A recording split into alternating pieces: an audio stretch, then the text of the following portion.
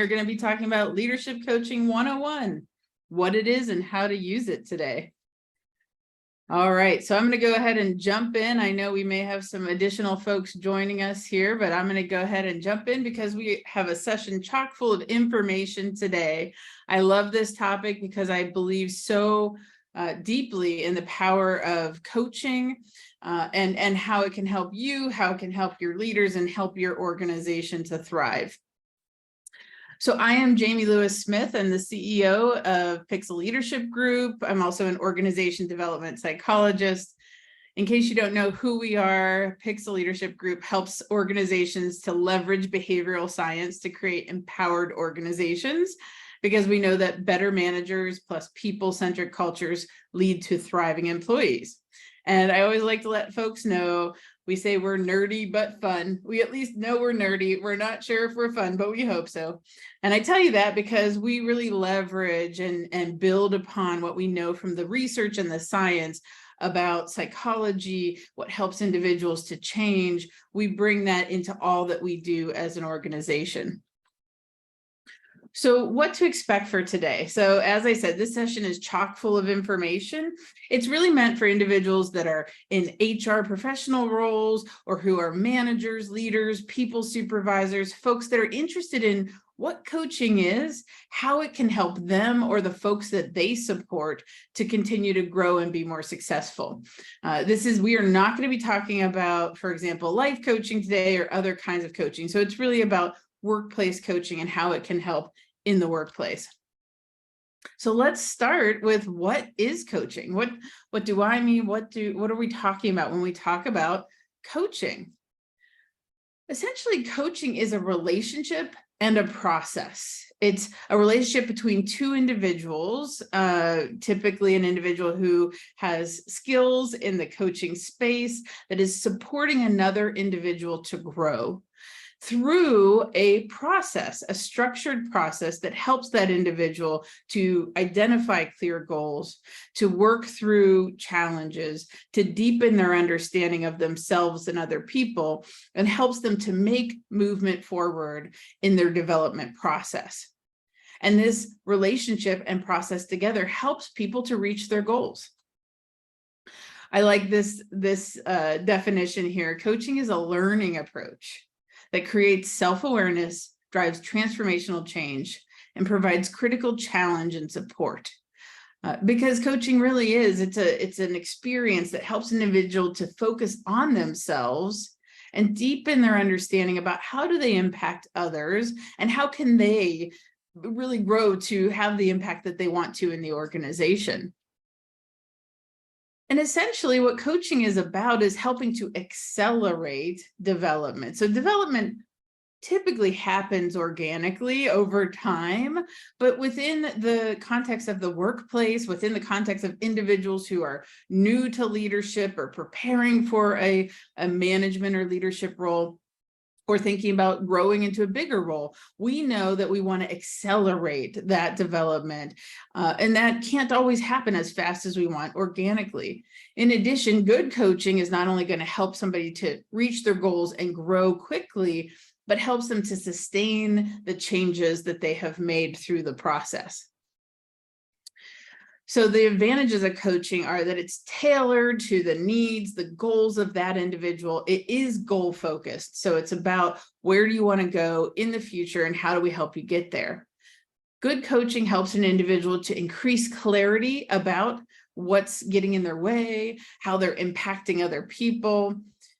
It should challenge their assumptions, because you are participating in the coaching process because something needs to change typically. It may be that you are having problems or challenges with other people or within yourself, or it could be simply that you need to challenge your assumptions about how to move to that next level or what it takes to be successful in a bigger role. Coaching helps individuals to develop and sustain those new habits, because ultimately growth and development is very much around changing our behaviors and making those new behaviors really into habits so they become more automatic for us. It creates accountability. So not only does the coaching process, engaging with a coach, support an individual's growth because they're going to have repeated check-ins and support through that coaching, that increases accountability. But also, what we encourage, what we know is a best practice in coaching, is bringing in other people, stakeholders into the process. Oftentimes an individual's direct supervisor is actually involved in their coaching process, and that creates accountability through the coaching as well, so that they know that others are supporting them, but also ensuring that they're making forward momentum towards their goals. As I mentioned, it really is driving behavior change. And we know that coaching works. So today I'm just going to touch on a couple of points around why coaching works and how it works. But we have a number of other micro sessions. I'll mention a couple at the end of today that we go a little bit deeper into the impact of coaching, the return on investment. One of the things that we know is that, especially compared to what is traditionally used to help people to grow, is training or providing feedback. And we know that coaching is far more impactful in leading to real and sustained change. And that's, both because it builds into this process of real focus on the future and targeted goals. But also, when you engage in feedback or training, it is a one-time process typically. And while we see a little bit of change in results or behavior, typically it goes back, we regress back to the mean or our normal way of functioning. With coaching, the repeated engagement, repeated reinforcement, overcoming challenges or barriers that get in the way across time is what helps to further improve performance and make those behavior changes. And one study found that companies that combined coaching with training had an 80% increase of productivity over training alone. And coaching, as I said, it works, and we have, there's a lot of great research around this. I'm not going to talk about all of it today, but it increases employee engagement, it increases employee commitment and satisfaction, both for the individual who's participating in coaching, so the coachee, they feel more engaged and committed and satisfied, but also if that person is a leader, if a manager or leader goes through coaching, the folks they lead feel more satisfied and engaged as a result of that manager going through coaching. Individuals feel more self-confident, they are able to better problem solve, and you see increases in collaboration, improved relationships with peers, and cross-team functioning.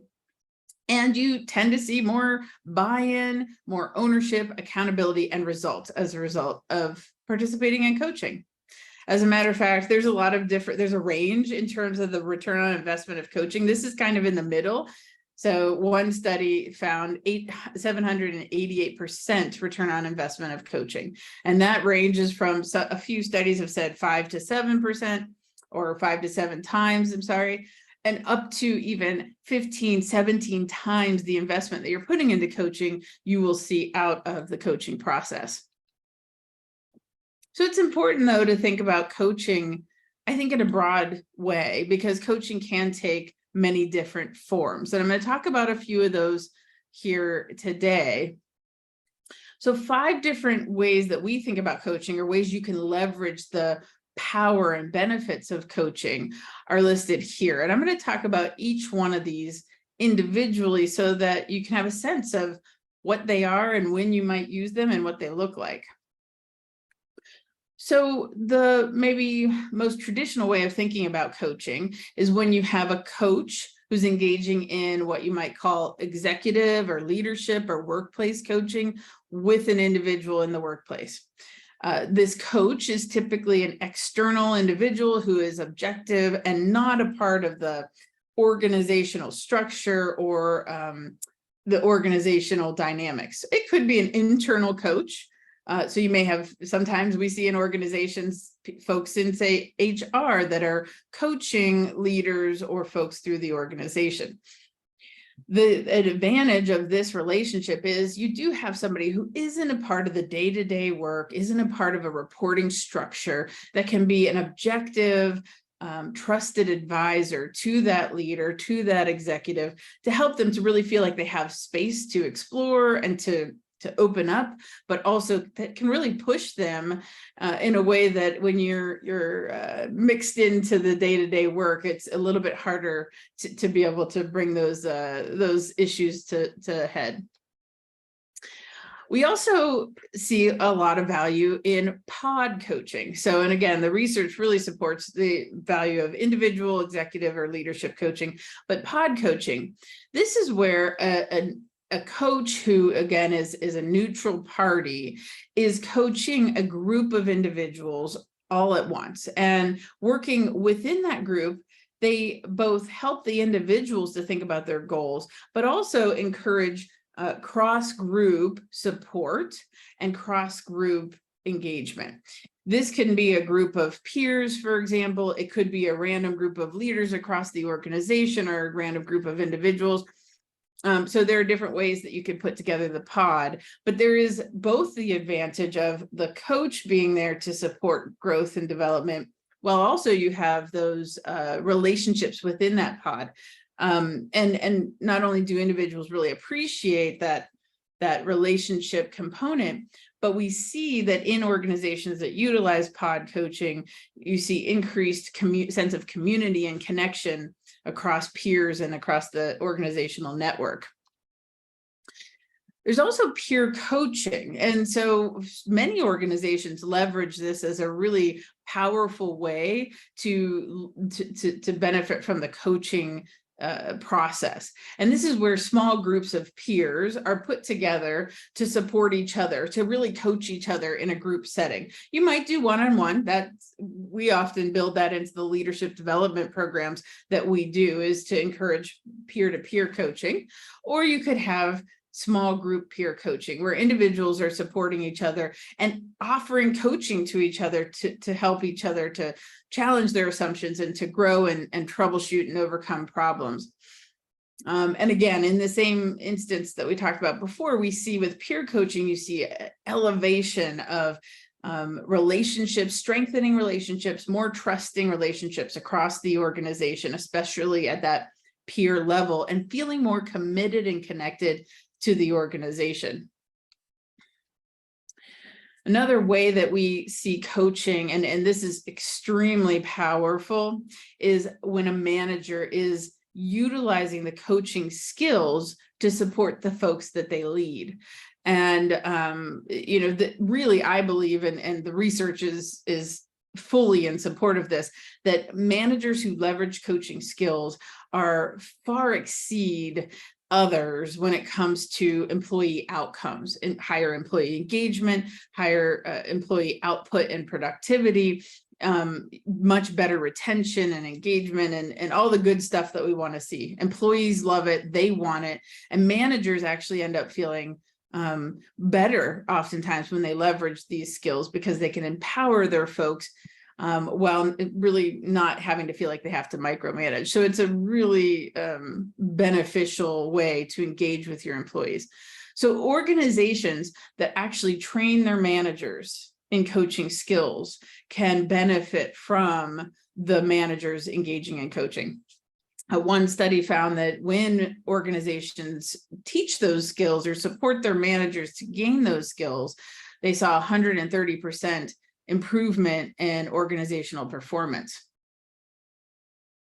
And then finally, conversational coaching. And this is really a technique that when individuals learn what coaching is and what it's all about, you can utilize it in any conversation that you're having, either with colleagues, with the folks you lead, even with more senior folks in your organization. This is where you're really leveraging this approach to questioning, listening deeply, empowering others to come to their own solutions. And it's extremely beneficial, especially in the collaboration and inclusion process. So again, this is where when organizations help individuals within that organization to develop the skills of coaching, they can benefit in many different ways. So now you have a sense of a few ways that an organization can benefit from coaching. When would you coach? When would you seek a coach, or when would you find somebody to help your employee that might need coaching? So there are lots of reasons that individuals would want to seek out coaching, in the workplace. Here are 8 key reasons that we tend to see that we think are really well aligned with coaching. When you want to enhance leadership skills, an individual who has to further strengthen or develop their leadership skills. To identify blind spots or strengths. Very often, we see that folks don't always have a great insights into where they bring value to the organization and how to be sure that they're both ensuring that they're really using those skills, adequately and bringing them to the organization, but also those blind spots that they may not realize the impact that they're having on others. Coaching helps individuals to increase their motivation. When I have somebody, I coach managers and leaders, and when I have somebody say like, this employee just is disengaged, not interested, I can't get them motivated, coaching is the way to go. Typically it's not a problem that they are lacking information. It's really that they need something else to help them to get over that hump, to get back to that motivated state. And coaching can be the way to do that. Coaching is very powerful when you help individuals think about their career trajectory. How are they growing? What are their next steps? Who are their successors? Sorry about that. Also thinking about improving performance. So, while coaching can address more remedial challenges or folks that are struggling and need to improve their performance, we also know that it doesn't just benefit when people are struggling. It can help individuals to go from, they're already good, but how do you go to that next level? How do you continue to grow into a bigger and more impactful role? Role transitions or leading a new team. So when somebody is moving into a new role, taking over a new team, going into a new part of the organization, it's a challenging situation for any leader. And so having that support and guidance, but also somebody that can help to really bring light to challenges they may not be thinking about, can be so impactful for individuals. Succession planning and preparing for those bigger roles. So how do you ensure that you're ready to get to that next level and ready to hit the ground running? And mindset shifts. So in particular, a really common challenge that we see is that individuals who are highly technically inclined and experts in their field are often promoted into a leadership, a management supervisory role. And then they don't know exactly how to shift, how to think about themselves. Again, how do they add value now? Because really it's not about them being the expert anymore. And it's not about their technical skills as much. It's about how do they support others to leverage their technical skills. And this is a big mindset shift. And coaching is an excellent way to help support that. Some signs that coaching might not be the right answer. If there's a formal improvement plan in place, a lot of times organizations call it a PIP.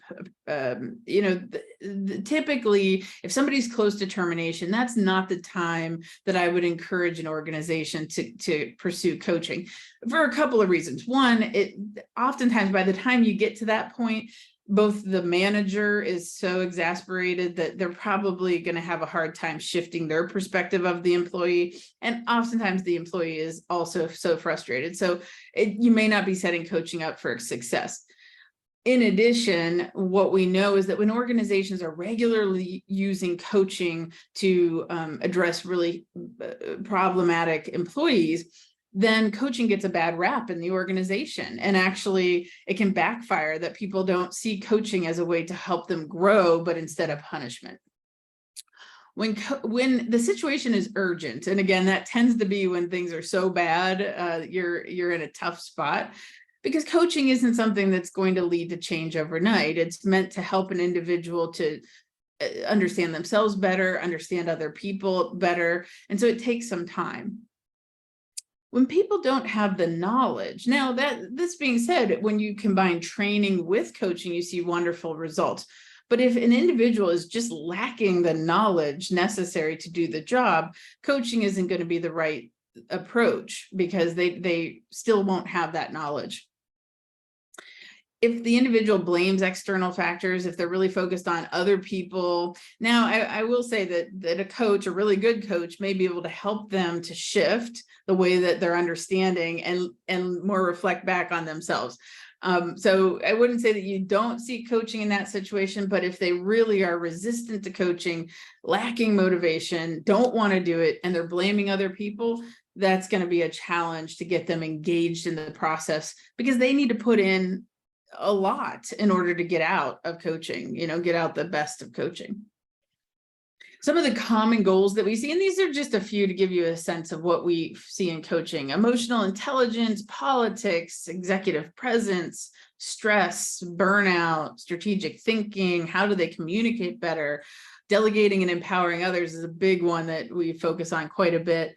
How to be better at giving feedback and managing conflict, improving those peer and stakeholder relationships, prioritizing time. These are all things that we tend to work on in coaching.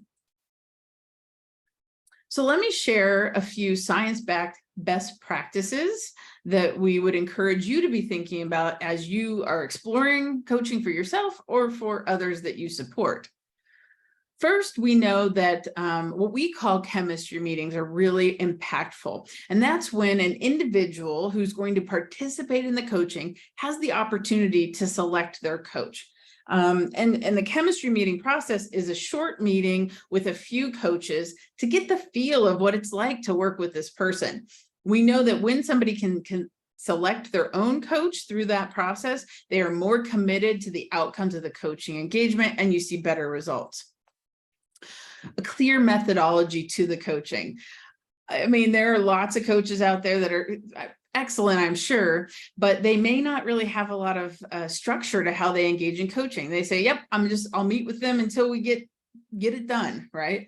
And we know that for both the organization and the individual to understand what the process looks like, what the method is, leads to better results.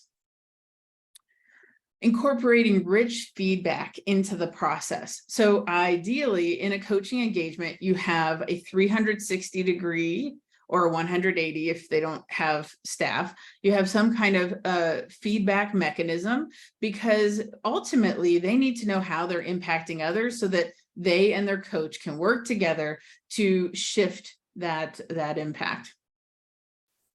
In addition, we know that not only getting feedback from many stakeholders is valuable and leads to better results, but supervisor support is key. So the best coaching is going to incorporate what we call collaboration meetings, where the coach, the coachee, and their supervisor, the coachee's supervisor, get together a few times in the coaching process to talk about feedback, talk about progress, and ensure there's alignment across them for goals.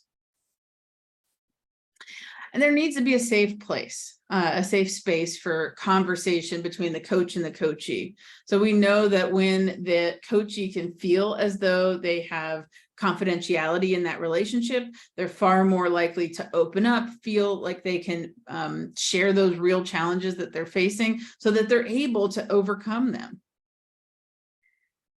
Qualified coaches. So there are a lot of folks out there that are coaching, and we know that coaching can be extremely valuable. So we never want to discourage coaching, but we also know that there are some individuals who are more qualified than others, and ensuring that they have strong coach training.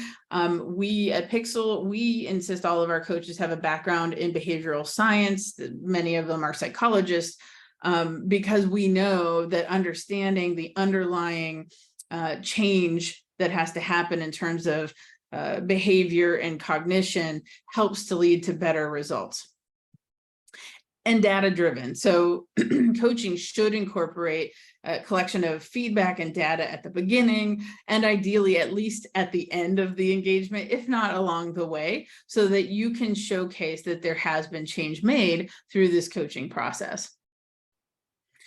So let's tie it all together. So what does it look like when a coaching engagement occurs? What should you expect? So this is just a high level example of what you might expect in a coaching engagement. There should be a kickoff meeting where the coachee and coach get together and get to know each other. That could take one session. It could take a few sessions. As I already mentioned, there should be some assessment, some data collection to understand the coachee better and get some maybe feedback early on. That supervisor alignment or calibration should be happening ideally early in the engagement and then sometime towards the end of the engagement, maybe a couple times. During those coaching sessions, then you find that the coachee and the coach are working together they have a clear development plan. They're working on goals. They are talking about specific actions and helping them to overcome challenges they're facing as they apply the plan. As I said, ideally at the end, you would have additional assessment to see how much change has occurred. That doesn't always happen, but I encourage you to seek that out. More supervisor conversations and then a wrap up. This very much aligns with our coaching approach, which you can see here. We call it the ACEs coaching framework, and we ensure that we're including all of these best practices as well as leveraging learning through readings and application exercises. So setting coaching up for success in your organization and with an individual. A couple of things to keep in mind. Use it for development, not punishment. Get the supervisor involved early in the process, even before you decide to engage somebody in coaching. Make sure their supervisor is involved and knows about it and is on board, because they have to be supportive of it throughout. Make it a growth opportunity. So if somebody can volunteer to do this, that is the best situation rather than forcing them to engage in coaching. Discuss with the coachee before enrolling them in coaching what it is, what to expect, what kind of engagement or time commitment and commitment is expected of them, because they will need to spend some time both in the coaching sessions as well as between the coaching sessions thinking about their growth and development. Provide clarity about what to expect. I mentioned that. Allow the coachee to select their coach, incorporate it into your learning programs, and enroll a cohort. If you have a cohort of individuals that are all participating in coaching at the same time, it can be very powerful, both because they know that others are going through this too, but also they can help each other through the process. So a couple of things to continue learning. Here are a few books that we love about coaching, learning about coaching, learning how to coach. We love these books, especially The Coaching Habit is really great. I always recommend The Manager's Guide to Coaching for those that are leaders or managers who are wanting to learn how to coach. We have a couple of micro sessions coming up about why the manager might want to be a coach, what the impact of those skills are, as well as how to transform your organization through coaching. So those are coming up. If you're interested in the question and answer, you can just put your email. We'll send out the schedule to you. We'll make it so you can register for those. We offer skills development sessions. We call them manager masterclasses. We have a few coming up, and anybody that's here today can have 50% off if you want to register for those. If you want to learn more about coaching, about any of the sessions we have coming up, please feel free to reach out to us or put your email in the comments. We would love to continue that conversation. And thank you so much. I know we're at the end of time, but please put any questions you have in the Q&A. I'm happy to answer them now. And if I can't get to them now, I will follow up with an email to respond. And thank you all so much for spending this time with me today.